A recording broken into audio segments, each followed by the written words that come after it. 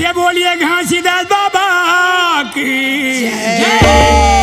ये दलही में यहाँ वह दलही में जाओ दलही में रही गे समाए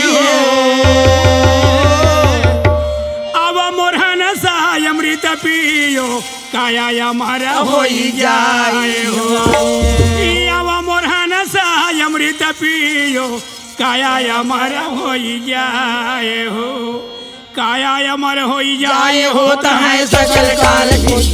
होता है सकल काल की बार बार सब प्रेम से बोलो सत्य नाम साहे ये बार बार सब प्रेम से बोलो सत्य नाम साहे